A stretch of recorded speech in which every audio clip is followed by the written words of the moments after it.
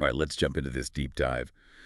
Today, we're tackling crimes against children, and you've given us a ton of material to go through. A lot to unpack. We've got reports from the FBI and Interpol, some insights from the Australian Federal Police, and even a global health perspective from the World Health Organization. Yeah, it's a really complex issue, and what's so interesting is how these different sources reveal all these different facets of the problem, From investigating and prosecuting these crimes to the long-term impacts they have on the victims and the global efforts to try and prevent future harm. Right, and that's what I think makes this deep dive so valuable. Yeah. We're not just going to skim the surface here. Yeah. We're really going to try to give you a solid understanding of the issue so you can be informed and maybe even feel empowered to make a difference. I think one of the first things we need to tackle is how do we even define crimes against children? As I was going through the material from the FBI and Interpol, their focus areas kind of overlap, but they're not exactly the same. Yeah, that's a great point. The term itself, it's really broad, right? And each organization might prioritize certain aspects based on like their mandate and their resources. Exactly. The FBI, for instance, they list things like abduction, sexual abuse and exploitation, both online and offline trafficking, forced labor, and even violations of family law orders like international parental kidnapping. And, that last one, it really highlights how these crimes often cross national borders. Yeah. Interpol, with its global reach, that's where they come in. They play a key role in tracking down missing kids, coordinating rescues across borders, working with all the different law enforcement agencies around the world. I was reading Interpol's report on online child sexual exploitation, and it was really disturbing. Oh, absolutely. They highlighted how rapidly this type of criminal activity is evolving and becoming so much more dangerous. One of the things that really jumped out at me was the example of sextortion for profit. These criminals are using the internet to target hundreds of children, often from overseas, forcing them to engage in explicit acts and then extorting them for money. It's scary how sophisticated these operations have become. The scale is alarming. It's a chilling reminder of how the internet has really empowered these criminals to operate across borders with a level of anonymity that was unthinkable just a few decades ago. Yeah, for sure. The same tech that allows us to connect and collaborate globally can also be exploited by these criminals. And that brings us to the FBI's work.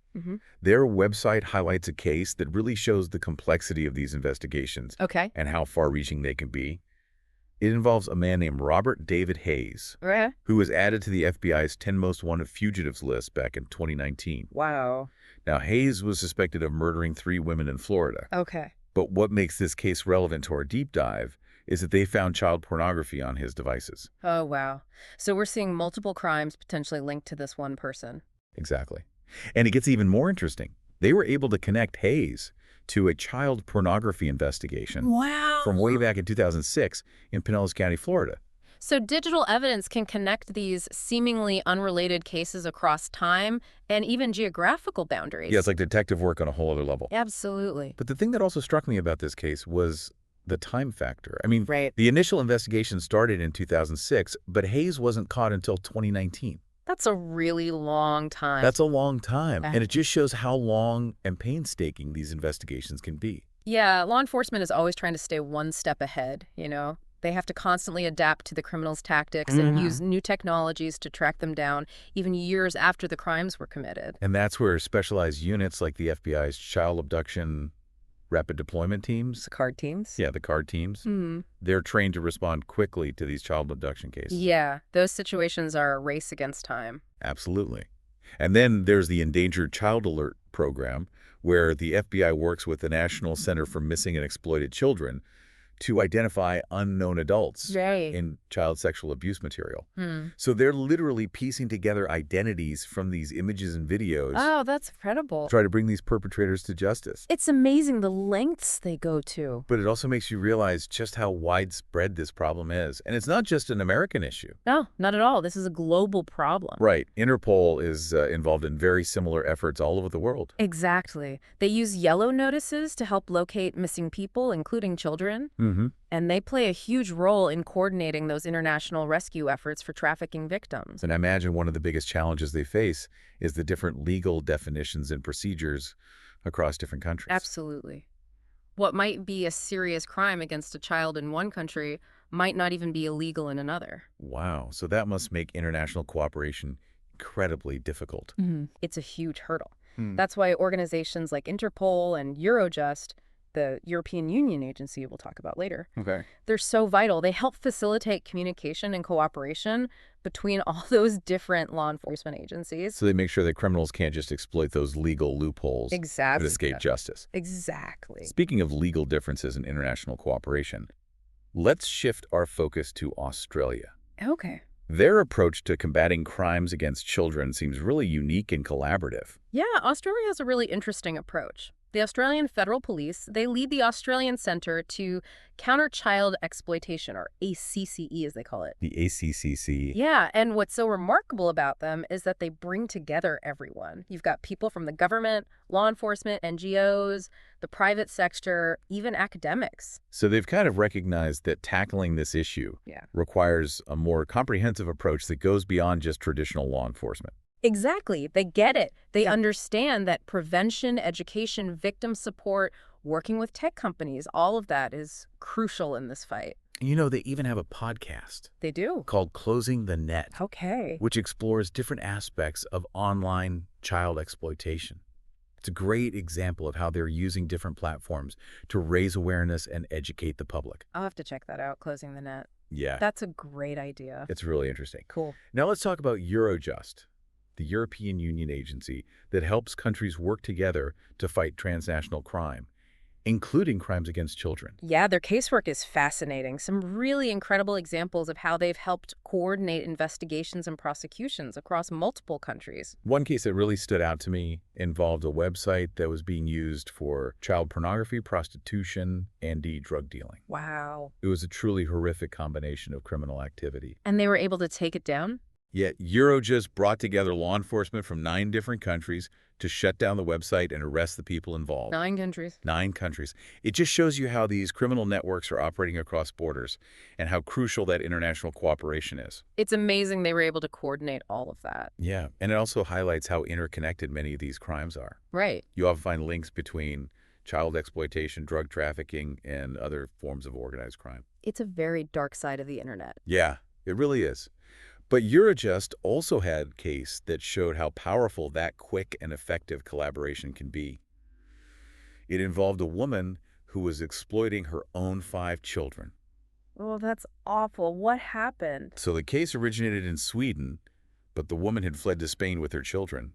Oh, no. Luckily, the Swedish and Spanish desks at Eurojust were able to quickly coordinate their efforts. So they were able to find her. They were. They arrested the woman, and the children were returned safely to Sweden. That's a relief. It's a fantastic example of how these international networks can respond so quickly to protect vulnerable children. Yeah, it gives you hope knowing that there are people out there dedicated to fighting these crimes. Definitely. And it also highlights how important those specialized desks for different countries are. Right. Each desk has that expertise in their country's laws and procedures. Right, which is essential for smooth cooperation. Absolutely. Okay. So we've talked about international organizations, but let's bring it back to the U.S. for a minute. Okay. We have information about the Internet Crimes Against Children, Task Force Program, or ISAC. Yes, ISAC. Their reach is really impressive. They have a network of over 5,400 professionals dedicated to fighting these internet crimes against children. And they've had a huge impact since 1998. They've trained over 675,000 members, reviewed over 844,600 complaints, and made over 89,400 arrests. Whoa, those are big numbers. Those are huge numbers. It's clear they're making a serious dent in this problem. But what I also appreciate is that they don't just focus on enforcement. They also have a strong emphasis on public awareness and prevention through community outreach programs. Yeah, education is key. Absolutely. They have resources for parents, educators, and children themselves on topics like online safety, cyberbullying, and sexting. They're trying to stop these crimes before they even happen. It's a much better approach than just reacting after the fact. Right. And that leads perfectly into our next topic, the human cost of this violence against children. So while law enforcement is focused on investigating and prosecuting these crimes, the World Health Organization takes a broader perspective. Okay. They look at the lifelong impact that violence has on a child's health and well-being. And what do they find?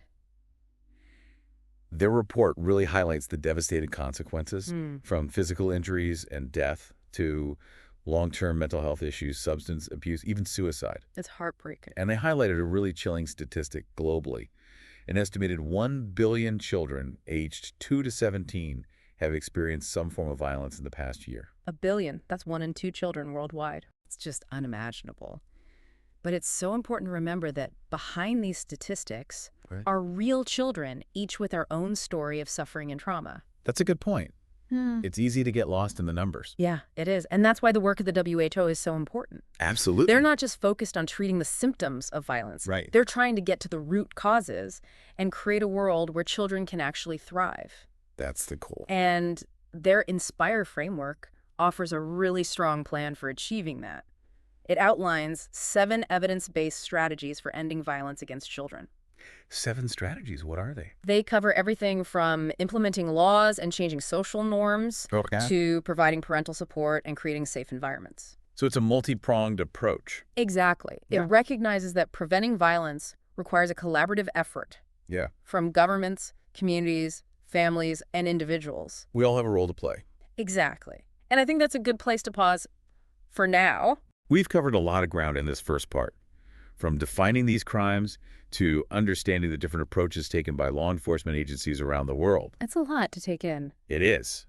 But be sure to join us for part 2, where we'll go even deeper into the tactics used by these online predators. Okay. Examine the impact of child exploitation on victims and explore what you can do to help prevent these crimes. Looking forward to it. Welcome back to our deep dive on crimes against children. Right. In this part, we're going to pick up where we left off Okay. and continue exploring this incredibly important issue. It's a tough topic, but like we were saying the last part, it's crucial to remember that behind every one of those images or videos of child sexual abuse, there's a real child suffering. These aren't just virtual crimes. This is real-life trauma and exploitation. Absolutely. And it really underscores why the work of organizations like the Australian Centre to Counter Child Exploitation, the ACCCE, is so vital. They're doing incredible work, and their Closing the Net podcast, which we mentioned before, offers some really disturbing but important insights into the world of online child exploitation. I agree. It's eye-opening for sure. I was listening to an episode recently about self-generated child abuse material, and it's just a really disturbing trend. It's where children are basically tricked or manipulated into creating these explicit images or videos of themselves, often by people they think are friends or romantic interests. It's terrifying how easy it is for these predators to manipulate children online. It is. They know how to exploit those vulnerabilities, that desire for connection and validation. Right. And what's even more concerning is that once these images or videos are shared online, it's virtually impossible to completely remove them. They can resurface years later, causing even more harm to the victims. It's a digital footprint that's really hard to erase. It's a stark reminder of the lasting impact of these crimes. And I think it really highlights the need for strong support services for victims. Absolutely. Trauma-informed care and support are essential for healing. But let's talk about prevention for a minute. The ISAC task force, with their network of over 5,400 law enforcement professionals, they seem to be taking a very proactive approach. Their focus on community outreach and education is so important. I agree. They've got tons of resources for parents, educators, and kids on how to stay safe online. And I really love that program they have called NetSmarts. Oh, yeah, NetSmarts. It uses age-appropriate videos and interactive games to teach kids about internet safety. Yeah, it's a great way to engage them and make learning about safety fun. Right. It's way more effective than just lecturing them about the dangers of the internet. Right, exactly. You got to meet them where they're at. Absolutely. And ICACSIG also provides all this training for law enforcement officers on how to investigate and prosecute these internet crimes against children. That's so important. It is. They've trained over 675,000 officers since 1998. Wow, that's incredible. It's a massive investment in building that capacity and expertise within law enforcement. They're really committed to staying ahead of the curve, with all the new technology and tactics that these criminals are using. Definitely. And speaking of evolving tactics, the Australian Federal Police report highlighted a particularly disturbing trend. Oh, yeah. What was that? Extortion for profit. Right. We talked about that a little bit before. We did. It involves criminals, often based overseas, targeting hundreds of children, coercing them into performing these explicit acts, Right. and then extorting them for money. It's just awful. And one of the things that makes these cases so difficult is that jurisdictional complexity. Yeah, if the perpetrator is in another country, Right. it can be almost impossible to prosecute them, It's a nightmare. even with international cooperation. It's really It's a challenging. reminder that the internet has blurred those geographical boundaries, Right. and it's made it easier for these criminals to operate with a sense of impunity. And that's where organizations like Eurojust are so important. Right. They step in to help. They facilitate that cooperation between different countries, overcoming all those legal and procedural hurdles. And they do such important work. They I do. remember that case study from their website about a woman who was exploiting her own 5 children. Oh, yeah. That one was heartbreaking. But it really showed how effective their network can be. It did. The case started in Sweden, Mm-hmm. but the woman had fled to Spain with her children. Oh, gosh. So how did Eurojust get involved? Well, the Swedish authorities contacted their counterparts in Spain through Eurojust's network, Okay. and that allowed them to quickly exchange information and coordinate their efforts. And what happened? Were they able to stop her? Yes, thankfully.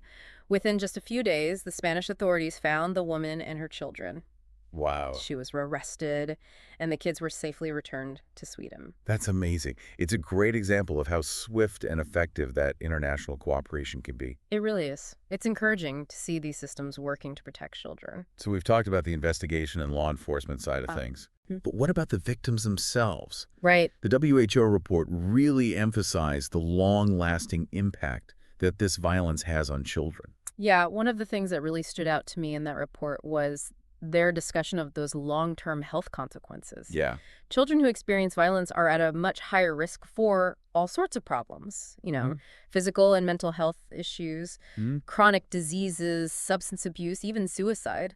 It's not just the immediate trauma of the abuse. No. It's that ripple effect Mm-hmm. that impacts their relationships, their education, their job prospects, their entire lives. Exactly. And the WHO really stressed the importance of providing these comprehensive support services for victims. Yeah, things like therapy and counseling, Mm-hmm. legal assistance. Exactly. They need a whole network of support to help them heal. It's a journey, not a destination. Right. And it requires that ongoing support and resources to help them rebuild their lives. Exactly. We can't just forget about them after the immediate crisis is over. Right. The WHO also talked about addressing those bigger societal factors Yeah. that contribute to this violence. Things like poverty and gender inequality Mm-hmm. and those social norms that condone violence. Right. Those deeply ingrained beliefs and attitudes that need to change. And that's where their INSPIRE framework comes in. Right. Inspire. It provides a roadmap for creating a world where violence against children is less likely to happen in the first place. And one of the key strategies in that framework is promoting positive parenting Yes. and strengthening families. Absolutely. Providing parents and caregivers with the skills and resources they need to create those nurturing and supportive environments is essential. Right. It's about prevention from the ground up. Exactly.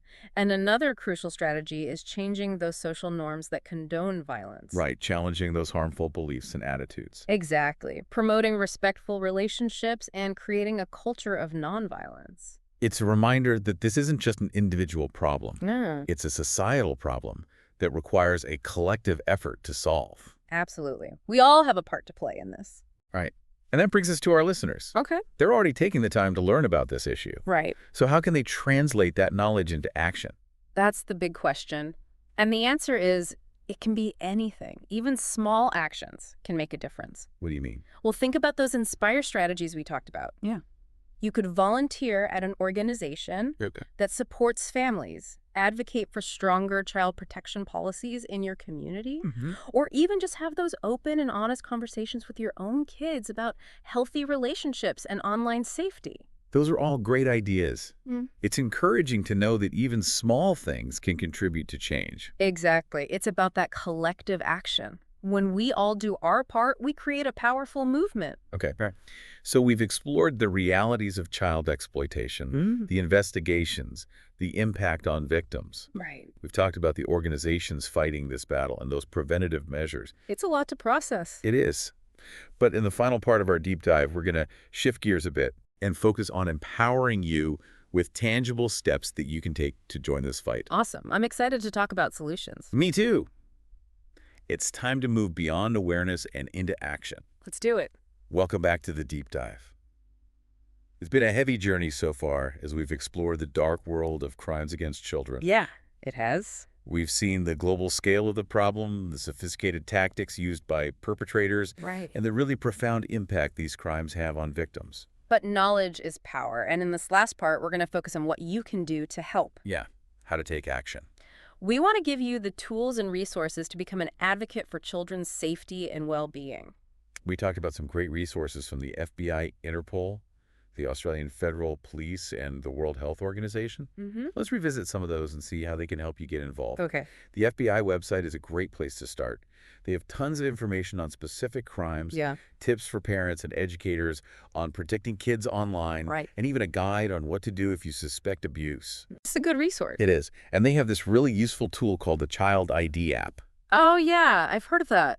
It lets parents store important information about their kids, like photographs, fingerprints, physical descriptions, all in one place. Yeah. It could be a lifesaver in an emergency. It's so smart to have all that info in one spot. And if we're talking about essential resources, we can't forget about the National Center for Missing and Exploited Children and CMEC. They're incredible. They run that 24-hour hotline, 1-800-THE-LOST, for reporting missing or exploited children. Such an important service. And their website, missingkids.org, is packed with information for families, educators, law enforcement. You can find tips on prevention, how to spot the signs of abuse, how to report suspected cases. It's a one-stop shop for all things related to missing and exploited kids. It really is. And they play a crucial role in analyzing those cyber tip line reports, which are then passed on to the appropriate law enforcement agencies. Yeah, that cyber tip line is a vital tool in the fight against online exploitation. Absolutely. If you really want to dive deep into the world of online exploitation and understand how easily children can be targeted, I highly recommend the Australian Federal Police's Closing the Net podcast. I've heard good things about that one. It's really eye-opening.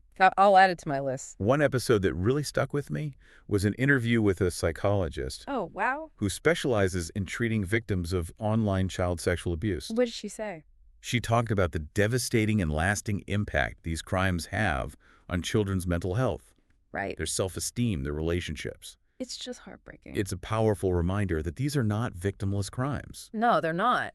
The trauma can linger for years, even decades. It's a long road to recovery. It really is. And it emphasizes how important it is to provide those comprehensive support services, like therapy, counseling, and advocacy. Absolutely. Victims need all the support they can get. But we also can't forget about prevention. We talked about the ISACAT task force and their work in community outreach and education. Yeah, they're doing great work. Their Net Smarts program is fantastic. It uses those age-appropriate videos and games to teach children about internet safety. And it's engaging, which is key. Exactly. And for those outside the U.S., there's Think-A-Know. Okay. It's an Australian program that addresses things like self-generated child abuse material, online grooming, and image-based abuse. These are such important topics. They really are. Every parent, educator, and caregiver should be familiar with them. Absolutely. Knowledge is power. But I think it's also crucial for adults to have open and honest conversations with children about online safety. I agree. We need to go beyond just telling kids not to talk to strangers or to be careful what they post. Right. What else can we do? We need to have those age-appropriate discussions about healthy relationships, consent boundaries, the dangers of sharing personal information online. We need to empower children to think critically. Exactly. Give them the tools to navigate the digital world safely. So what if you suspect that a child is being abused? What should you do? The most important thing is to report it. Okay. You can contact your local police child protective services or the National Sexual Assault Hotline. And it's important to remember you can always report anonymously. Absolutely. Especially if you're worried about your own safety or the safety of the child. Reporting is essential, but I think it's also important to think about prevention on a larger scale. Yeah. What can we do as a society? Well, the World Health Organization's INSPIRE framework is a great starting point. INSPIRE, that's the one with the 7 strategies, right? Exactly. It outlines 7 evidence-based strategies for ending violence against children. And it covers a lot of ground. It does. It addresses everything from implementing laws and changing social norms to supporting parents and creating safe environments. It's a holistic approach. And it recognizes that preventing violence against children isn't just the responsibility of law enforcement or social services. It's a collective effort. We all have a part to play. Exactly. So what does this mean for our listeners? It means They have the power to make a difference. It can be as simple as educating themselves about the issue, Okay. talking to their kids about online safety supporting organizations that protect children. Those are great starting points. They are. You can volunteer your time, donate money, or just spread awareness. And we can't forget about advocacy. Absolutely. Contact your elected officials. Mm-hmm. Urge them to support policies that protect children from violence. Every voice matters. It does. We all have a role in creating a safer world for children. This deep dive may have exposed you to some tough realities, Yeah. but it's also hopefully given knowledge, resources, and a sense of agency. Exactly. Remember, even one person can make a difference. That's right. Don't underestimate the power of your voice, your actions, Mhm. your commitment to protecting children. We can all be part of the solution. And on that note, we'll wrap up this deep dive into crimes against children. We've covered a lot, but this is really just the beginning. The conversation continues. The fight against these crimes is ongoing and it's evolving. It requires all of us to be vigilant. It does. It demands constant effort, continuous learning, and adaptation. And a willingness to speak up. It's easy to feel overwhelmed by the scale of the problem. Yeah. But remember, hope is not passive. Right. Hope is a verb. It's about taking action. It's about doing something, no matter how small, to create a brighter future for children everywhere. We can create a world where children are safe. Stay informed, stay engaged, and keep fighting for a world where all children can thrive. That's what it's all about.